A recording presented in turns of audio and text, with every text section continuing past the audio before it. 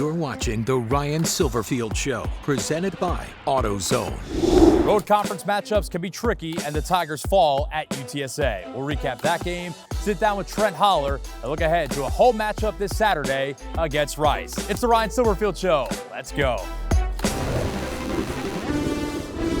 Game is on.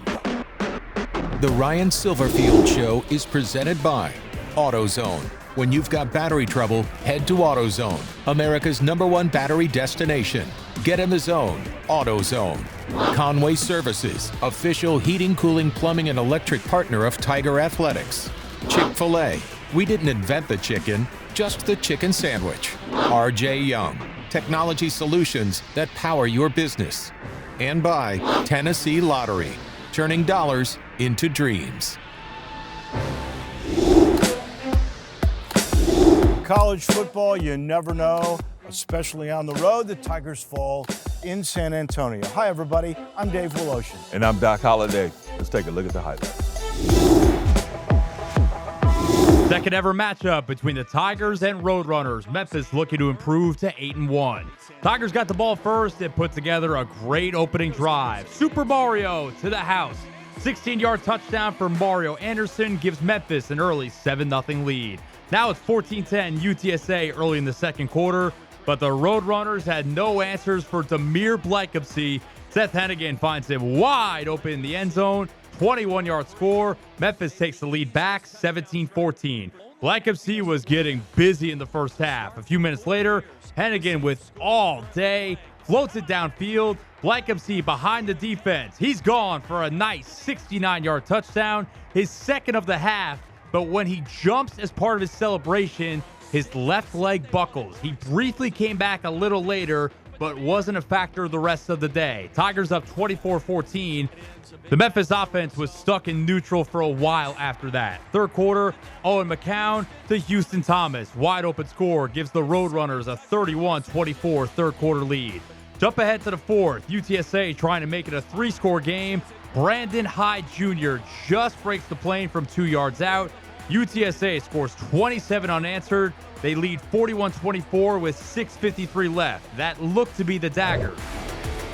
But Memphis not going down without a fight. Kobe Drake was keeping cool under pressure. Hennigan with a great throw. Even better catch by Drake to come down with it inbounds for the touchdown. Gotta get another look at that. 24-yard score. It's 44-30 with under 2 to play. Tigers out of timeouts. Gotta have the onside kick. This is a rocket that UTSA can't handle. Ball's loose, and Darius Coffey recovers. Memphis with some life. Gotta score quickly, though. Hennigan drives them inside the UTSA 5. Under a minute left. He's flushed outside the pocket, looking for Anthony Lanphier. Instead, it's deflected by 2 Roadrunner defenders. Anderson in the perfect place at the perfect time. 5-yard TD catch, worthy of a replay for sure. Couldn't do that if they tried 1,000 more times.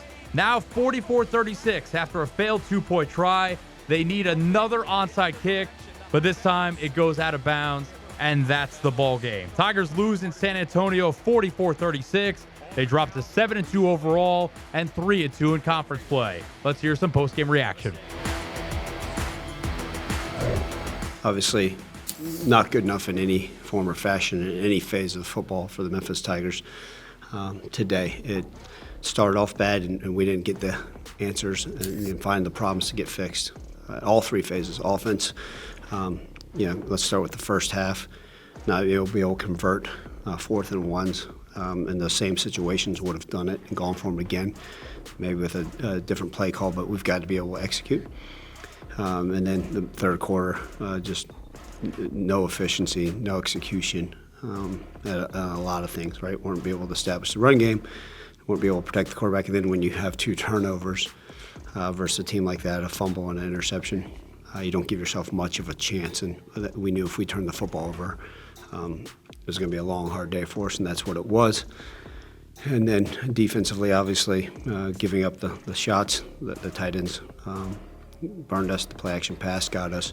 We did a poor job in all of those phases. We didn't tackle well. We didn't cover well. Coach, when we talk about special teams, there's so many phases. The kicker, the punter, the holder, the long snapper, kick return, kick coverage. When you're putting units together, what's your first priority? How do you do it? Yeah, I think you look at that, right? Obviously, you have your specialists, your kickers, your punters, all those. Those are, we call them, they're in their own separate group, right? They work out differently, they meet differently. I mean, they're their own animal, to say the least. And then you look at other units, right? Where do you need it? And I think at special teams, you're generally looking for that good combination of size and speed, right? And so we generally put on like safeties and linebacker types. That's why you don't see a whole lot of O-line and D-line on special teams. Now, based off the unit, depends on where they are, and the closer they get to the ball, they need to have more size and more length. And I think that's one of the reasons why you start to see, okay, hey, can this guy run? Right? Does he have the physical weight to be able to handle it? Now, talk to normal fans, tell them how important these special teams units are, because they think special teams, kickoff return, kick team, they just throw away players. No. You got to have some players in there. Absolutely, that's as important as anything. Not only right making kicks, doing all those things that the fans think that that's all special teams are. It's everything else, right? The field position battle. We always talk about it being the third phase, and just as important as anything, right? You talk about, that was a 60-yard difference in that game in special teams, right? Hidden yardage, as we like to call it, whether it's in the return game, kickoff return, punt coverage, kickoff coverage. I think about our kickoff coverage unit. Like if our kicker keep knocking through the back of the end zone, what a difference that makes. But when we look at it, some of our best players are on special teams, right? And we always start with our punt team unit, right? The ability to be able to get the punt off, so we have some of our smartest and some of our best players on that unit. Kickoff coverage. If you don't have some of your best players running down, right, be able to cover a kick, you can get yourself into some trouble. So we sit there, it starts in the preseason, getting an idea, hey, has this guy done this in the past? Where does he fit based off of the role of that? And we're willing to put some of our very best players on those units. Let's talk about the kickers, because you think of them as crazy or like golfers, a lot of technique. More and more I see specialists for field goals and then for kickoffs, which you have done a lot the last couple of years. How do you determine which is the right guy for which spot? Well, when you're looking at the biggest thing in field goals, it's not necessarily, you want somebody that has a little bit of distance, right? Because you're always going to need that. But can they make the consistent field goal, right? The accurate one, the 25-yarder, the 30-yarder, can they make the extra points? And can they go out there and do it on a consistent basis? Obviously, we've had some of our kicking druthers this year so far. Hopefully, we've solved those problems. And then kickoff, right? The biggest thing, do they give you the ability to cover down? And Tristan Vandenberg's done a phenomenal job, right? Being able to kick those things that are almost automatic touchbacks, what a world of a difference it makes. Because now, all of a sudden, you're not worried about a kickoff return. You go back to the days of Tony Pollard when we were able to return some of those kicks. Like, what a weapon those guys are. If we can eliminate those people from the game, that's huge, and part of it's by finding that right kicker. I've been smiling talking about kickers because I've always been hard on kickers. Now, do you have to work harder to make sure the team understands that kickers are a part of the team? Because I remember we had a kicker. He was a great kicker, but he missed a kick a couple times, and he got a lot of cups and stuff thrown on him during the game. By you? No. I wasn't one of them. It was the defense. But do you have to work hard to make sure that they are, they are part of the football team? Yeah, I would just say this, like they are part of it, even though sometimes their workouts are different. They're on a whole different field during practice. We maybe get to see them at the beginning of stretch, and then what'd you guys do for the last 2 hours? Exactly, they come back over and ready for dinner. But no, I think that's part of it. We always try to make sure they're inclusive. We know how important they are more than anything. But as coaches also, it's kind of like one of those positions like we talked about. Is there a mental aspect to it? So it's one thing just to sit there and yell and say, make the kick. Well, that's not coaching. How do you continue to get them thinking positively, put them in the right mental aspect to make those kicks and maybe game winners? The Tigers had a big hole to fill on the offensive line this offseason. Luckily, they found Trent Holler. We'll sit down with him next. You're watching The Ryan Silverfield Show, presented by AutoZone. Welcome back to The Ryan Silverfield Show. When Jacob Likes graduated after last season, the Tigers had big shoes to fill at center. Turns out all they needed was a big snack.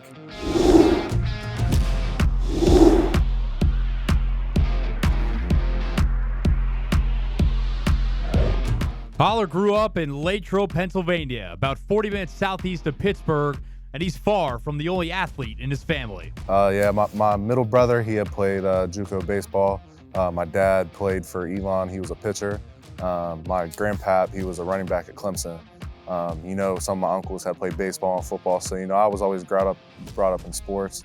I've been athletic family. He actually didn't play football until 7th grade, but once he started, he gravitated to offensive line immediately. I was always offensive lineman. I started playing right tackle, and then I actually started playing on varsity my 9th grade year.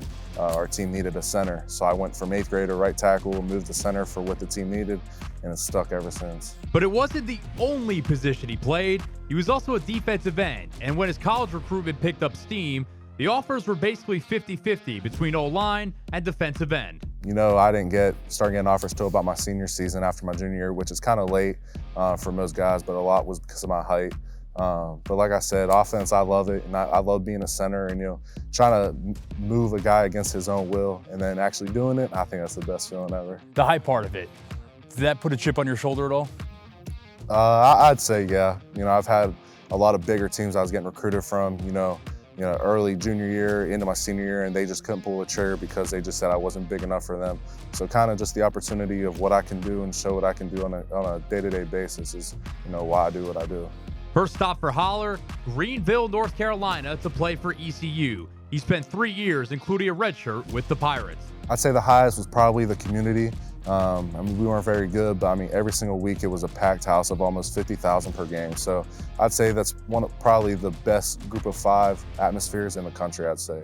In October 2021, Holler's career was at a crossroads when he was dismissed from the program at ECU. He entered the portal, and a now very familiar face liked what he saw. That's when Coach Cramsey comes into effect. He had got me because that year that I got dismissed, we had played Marshall at Marshall. We ended up beating them. Had a pretty good game that game, and then Cramsey ended up, you know, getting a hold of me whenever I hit the portal because he saw that game. And then I get to Marshall and he leaves after the first 2 weeks. So then this was he was the first coach to hit me up though. He hit me up the morning of that I hit the portal. So, you know, the connection's always been there, even though he didn't get to coach me yet. You know, he's a PA guy too, so can't go far from it, but I love the guy. So when Cramsey leaves, Cramsey recruited you, right? Cramsey recruited me. When he leaves after 2 weeks, I mean, what's going through your mind?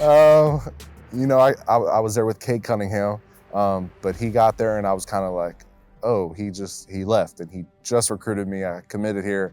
I just enrolled, and 2 weeks later he takes a OC job at Memphis. So now it's kind of hurt because we had a good relationship going. But like I said, you know, he was the first coach to hit me up in the portal. So, you know, we still have that connection. Nonetheless, Holler stayed and played 2 seasons with the Thundering Herd. First year I ended up beating Notre Dame, 18 in the country, went into South Bend and won.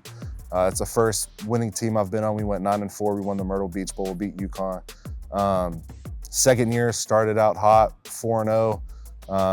You know, was about to get ranked. We were the 26th team in the nation. Beat Virginia Tech, lost to NC State by 7, and then we lost 5 games in a row. So that was kind of tough. With 1 year of eligibility left, Holler hit the portal again. His #1 goal was to play at a Power 5 school. But then Memphis and that OC that recruited him to Marshall came into the picture. Was it Cramsey that hit you up first again this time? It was.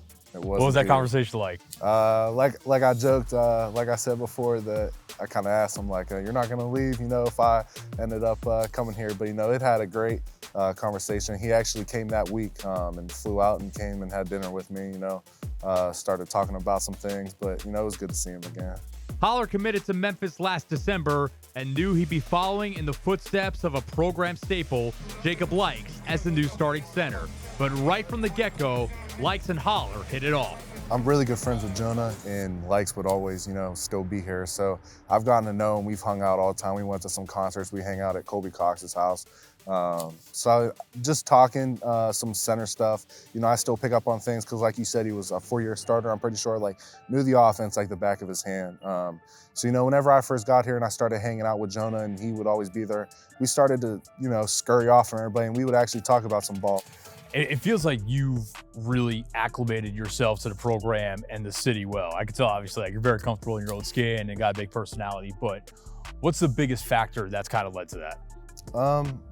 I feel like it's a different sense of community here. I feel like, you know, you have your city community, but you also have like your hometown. Like I'm diehard Memphis fan, so like I always like to say it all the time. Greg Rubin, you know, from here, he's my locker mate, and I'm not gonna lie, when I got here, it was kind of hard to understand with his little Memphis slang. You know what he was saying, but you know, he's one of my best teammates here. I love him.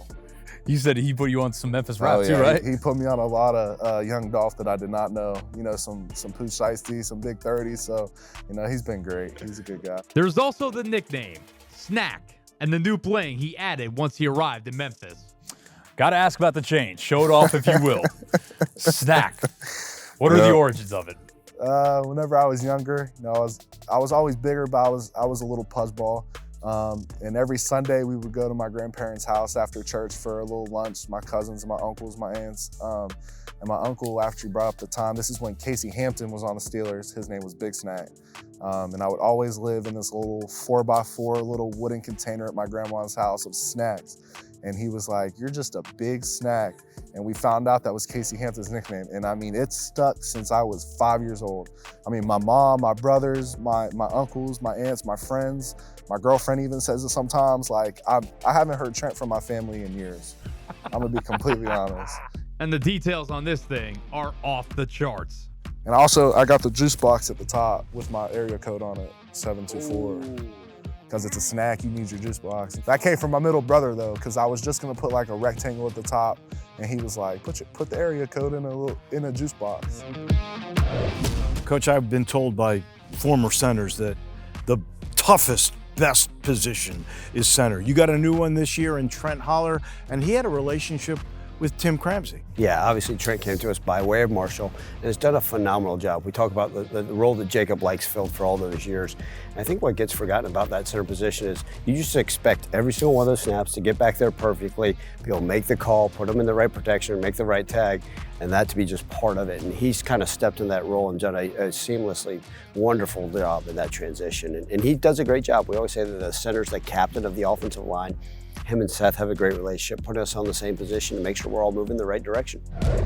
Back home for another conference showdown with Rice this weekend. We'll sit down with Coach Silverfield to preview it next. You're watching the Ryan Silverfield Show, presented by AutoZone. Let's take a look at the AutoZone road ahead. Up next, we got Rice, and they got a new coach. A late night game, but it's good to be on national television. That's one of those great things we always tell our guys, think about this, Friday nights, we're usually in the team hotel. Now, all of our friends and all of our families and all of our opponents and all of our buddies that play college football have the opportunity to watch us play on national television. And they do. Unfortunately, they made the coaching change. They got rid of Mike Bloomgren, actually a close personal friend of mine. That's the nature of this tough profession, right? We've already seen a couple coaches in this conference and throughout college football already lose their jobs. They got a new head coach, an interim head coach, but look, I'm sure we're going to get everything from the Rice Owls they're coming for. Sometimes it can be tougher when you're dealing with a team that does a coaching change and somebody else comes in because you think you know what to expect, but you really don't know what to expect. The interim head coach is vying for his job, so does that mean now it's on national television? Are we going to see these trick plays, new formations, as the offensive coordinator saying, well, I'm already out of a job. Am I going to try some different things, some unique blitzes? So that's one of those things. You can prepare, and then all of a sudden you show up, well, what are these guys doing? They're trying to figure out a way to make a splash, but we got to be on our P's and Q's and make sure we're ready. When you've got battery trouble, head to AutoZone, America's #1 battery destination. Get in the zone, AutoZone. New coach, 8 o'clock start. Nothing is ever easy in college football. We're back with a wrap in just a minute. You're watching the Ryan Silverfield Show, presented by AutoZone. Thanks so much for staying up late night. Next week, you meet Memphis' own Greg Rubin. We'll see you then. The Ryan Silverfield Show is presented by AutoZone. Got a check engine light? AutoZone will check it for free with the free Fix Finder service. Available at every store. Get in the zone, AutoZone. Conway Services, official heating, cooling, plumbing, and electric partner of Tiger Athletics. Chick-fil-A, we didn't invent the chicken, just the chicken sandwich. R.J. Young, technology solutions that power your business. And by Tennessee Lottery, turning dollars into dreams. This copyrighted telecast is an exclusive presentation of Learfield under the broadcasting rights granted by the University of Memphis. Reuse of this presentation is prohibited without the expressed written consent of the University of Memphis and Learfield.